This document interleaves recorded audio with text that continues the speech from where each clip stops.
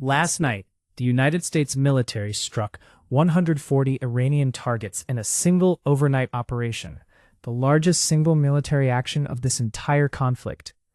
Iran responded by attacking 5 countries simultaneously: Bahrain, Kuwait, Qatar, Jordan, and Oman.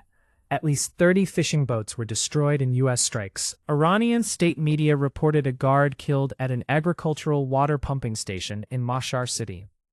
The UN Secretary-General warned of catastrophic consequences. And at the exact same time all of this was happening, an Iranian diplomatic delegation was in Oman, continuing peace negotiations through mediators. Those two things, 140 strikes and active diplomacy, were happening at the same hour. Separately, federal agents showed up at the homes of New York Times journalists on Friday night to force testimony before a grand jury. And officials south of Paris are fighting a fire of exceptional scale in a country still recovering from a heat wave that killed over 1,000 people. Let's take all three. Start with Iran, because what happened this weekend crossed thresholds that haven't been crossed before. And one detail in particular should stop you in your reading. Here's the sequence, reconstructed from CBS News, ABC News, and NPR. On Saturday, Iran struck a Cyprus-flagged container ship in the Strait of Hormuz, setting it ablaze and leaving a crew member missing. The U.S. struck Iranian targets in retaliation on Saturday. Iran expanded its retaliation to 5 countries simultaneously: Bahrain, Kuwait, Qatar, Jordan, and Oman. Every major U.S. allied nation in the immediate Gulf region, plus Jordan, which sits hundreds of kilometers north of the strait. Overnight Saturday into Sunday, the U.S. struck approximately 140 Iranian targets, the figure NPR confirmed from U.S. military statements, in what CENTCOM described as action intended to degrade Iran's ability to attack commercial ships freely transiting the critical strait. That was the largest single operation the U.S. has conducted in this conflict, which began on February 28th.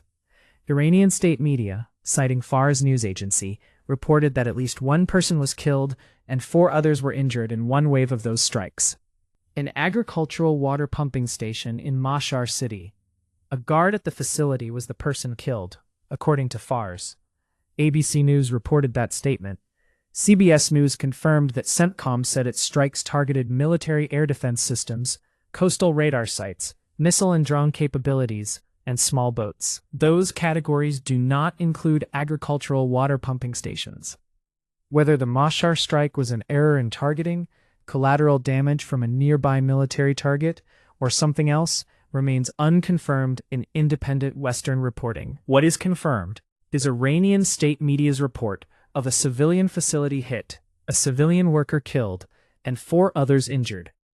CBS News also confirmed that at least 30 fishing boats were destroyed in U.S. strikes during this period. Fishing boats are civilian vessels. CBS News's map and reporting made clear that Iran had established a designated northern shipping corridor through the strait, requiring coordination with Iranian military, while declaring the southern Oman coast shipping lane unprotected. Lloyd's List, the maritime intelligence organization, confirmed through open-source tracking data that no large vessel had publicly broadcast its location while transiting the southern route since July 7th. The Strait of Hormuz, which carries roughly 1/5 of global oil supply, is now effectively closed to commercial vessels willing to operate transparently. Euronews's July 13 morning bulletin led with oil prices jump and shares slip as U.S. and Iran carry out airstrikes. The economic consequence is arriving in real time. Iran's foreign ministry issued a statement dated July 13th that is worth quoting specifically. The ministry said Washington had blatantly violated almost all clauses of the Islamabad Memorandum of Understanding. It described the United States' barbaric attacks over the past 24 hours as not only a gross violation of the UN Charter, but also a serious threat to international peace and security. It accused the U.S. of attacking Iran's transportation infrastructure, fishing boats, cargo ships, and other civilian infrastructure. And it said the U.S. had made the waterway insecure and disrupted international commercial shipping by interfering in Iran's arrangements in the Hormuz Strait. That characterization, the U.S. interfering with Iranian arrangements for strait passage, represents Iran's claim that it has a right to control commercial shipping through international waters. The U.S. and international maritime law reject that premise entirely. But the accusation of attacking fishing boats and civilian infrastructure in a conflict whose original stated objective was nuclear prevention is the most significant reputational challenge the U.S. operation has faced to date. The UN Secretary General, in a statement confirmed by ABC News' live blog on July 12, warned of catastrophic consequences from the escalation. That is the most explicit language the head of the United Nations has used about this conflict at any point since it began. Catastrophic consequences. From the leader of an institution whose previous statements have been measured and diplomatic is a signal worth reading carefully. And now the detail that I think is the most revealing single fact about the current state of this conflict. CBS News reported on Sunday that an Iranian delegation had traveled to Oman on Saturday to continue peace negotiations through mediators, despite and during a dramatic exchange of fire with the U.S., an Iranian diplomatic delegation in Oman, talking to mediators about a peace deal. While Iranian forces were firing missiles at Jordan and Oman, and while U.S. aircraft were striking 140 Iranian targets and shooting down Iranian cruise missiles and attack drones that were targeting commercial vessels in the strait. Both things were happening at the same time. Simultaneous military action and active peace diplomacy in the same geographic region, involving the same parties, on the same Saturday. Neither side has abandoned the diplomatic track. Neither side has stopped shooting. The war and the negotiation are not in sequence. They are running in parallel, continuously, as an apparently stable arrangement that both governments have decided to maintain, rather than force a decision between. The 140 target strike total should be understood in its proper context. The February 28 opening strikes that started this conflict were described at the time as targeting military, government, and infrastructure sites across Iran. CENTCOM has conducted dozens of strike operations since then. The 140 target count in one night represents an escalation in operational tempo that, combined with the civilian infrastructure that Iranian state media is reporting as hit, marks a genuinely new phase of the conflict. The original justification, nuclear prevention, has receded from the active debate. What is happening now involves fishing boats, water pumping stations, and a strait so effectively closed that major commercial vessels will not transit it visibly. The critical question, which no statement from either side answers: what does either party actually want from the continuation of this exchange? The U.S. side has said it wants Iran to stop attacking commercial shipping and to negotiate a final nuclear deal. Iran has said the U.S. has violated the MOU and is using force to bully a sovereign nation. Both statements have been true of their respective positions for weeks. Neither position has changed. But the scale of the strikes keeps growing, and the list of countries Iran is hitting keeps expanding. And a guard at a water pumping station in Mashhad is dead. Now, a story from Washington that received almost no mainstream coverage this weekend, because it arrived on a Saturday night when every newsroom was watching the Iran exchanges. The New York Times reported, confirmed by NPR on July 11th, that federal agents showed up at the homes of several of its journalists on Friday night, attempting to force them to testify before a grand jury scheduled to meet next week. NPR's description was precise. The New York Times says federal agents showed up at several of its journalists' homes Friday night to try to force them to testify before a grand jury next week. I want to be clear about what this describes. This is not a subpoena delivered to a lawyer's office during business hours. This is federal agents, law enforcement officers, arriving at the private residences of journalists in the evening. The purpose, according to the Times, was to compel testimony before a grand jury.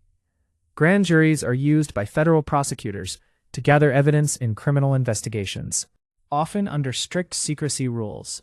Journalists who receive subpoenas to testify before grand juries face the specific and fundamental conflict between their professional obligation to protect confidential sources and the legal obligation to answer questions under oath. I don't have additional confirmed details about which reporters were visited, which stories the grand jury is investigating, or what the specific legal theory behind the subpoenas is. What I do have is the confirmed report that this happened, and the broader context in which it happened.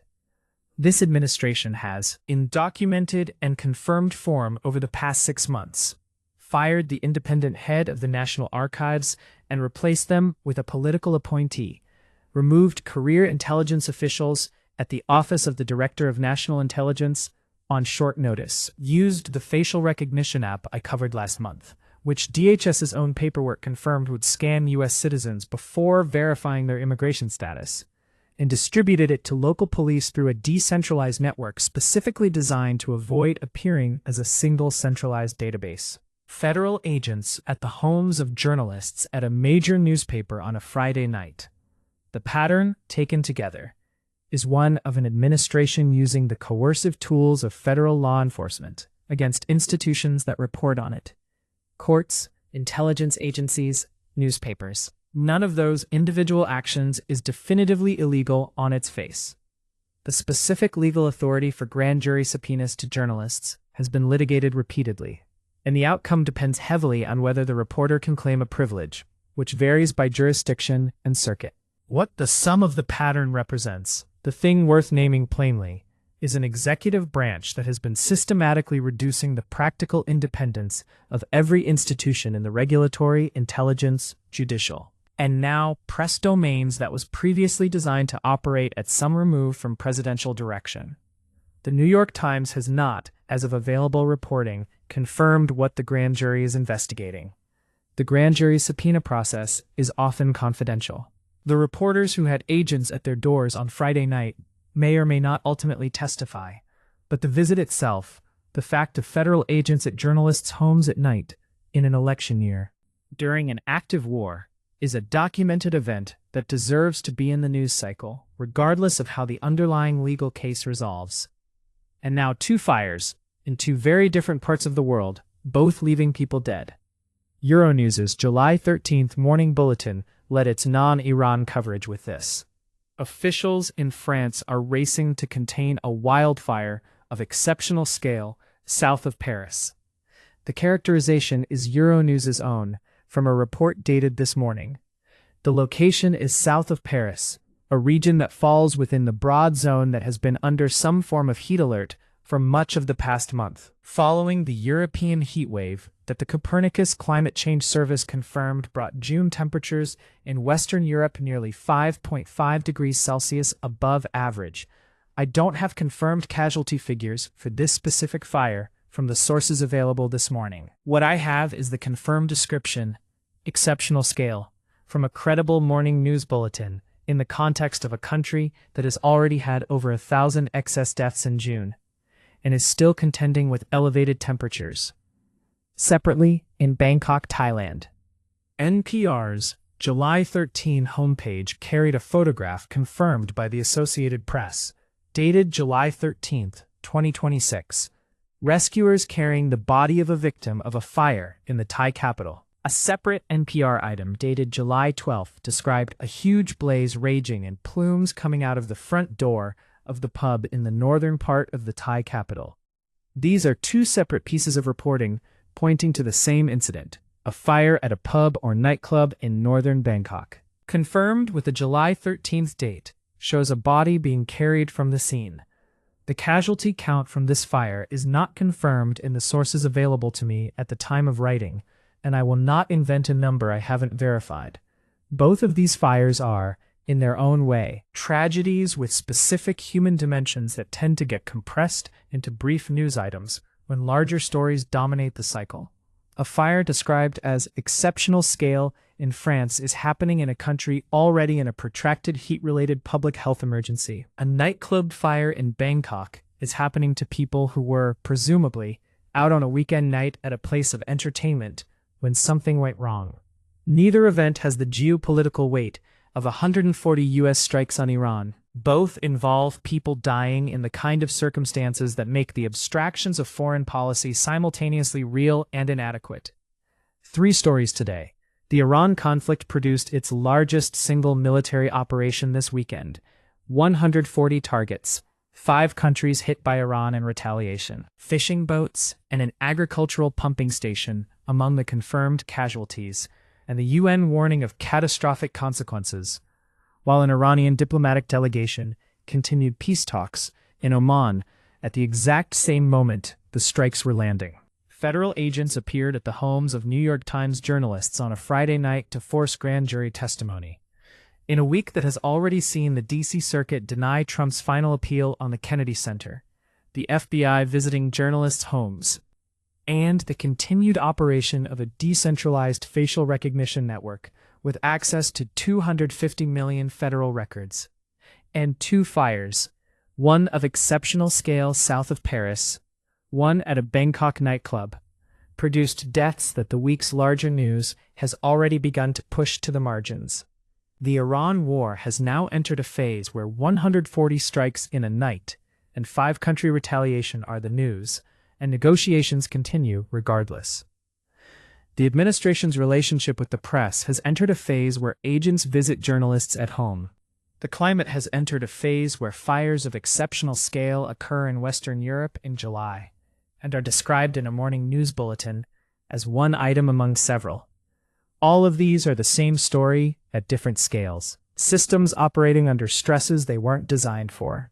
The question that applies to all of them is the same. What does it look like when those stresses don't abate? And what comes next?